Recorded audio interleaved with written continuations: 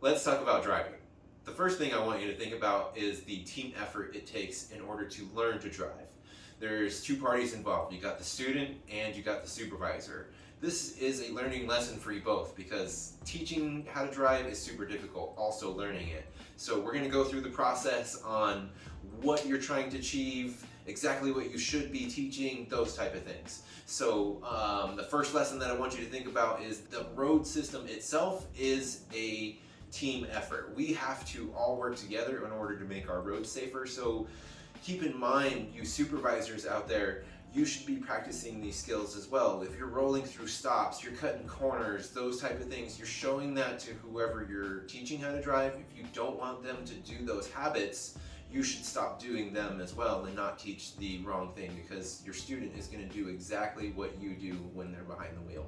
So keep that in mind. You have to be a good model structure for as well. So whenever I think of people telling me to drive safe, I want you to think of an acronym called ASK for J. A stands for attention. Most people have this, some don't. So you see those people on their cell phones. Remember guys, put those cell phones where you won't be tempted to look at it while you're driving. Next, you've got skill. Some of you will become very skillful drivers very quickly. Do not rely on just attention and skill. You also need to have knowledge about intersections, on who you need to yield to, because there's some scenarios and intersections that you have to be very careful about.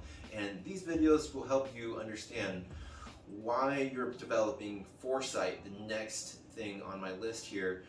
Watching these videos will help, and also going through a driver education program helps tremendously with Foresight. Developing what's going to happen before it happens and being prepared for that. Another thing that can help with that is time behind the wheel experience. Last one is judgment. Judgment is how much time is in between you and other vehicles, and how much space you have in between those vehicles as well. So I'll show you skills on how to develop both that judgment on time and space.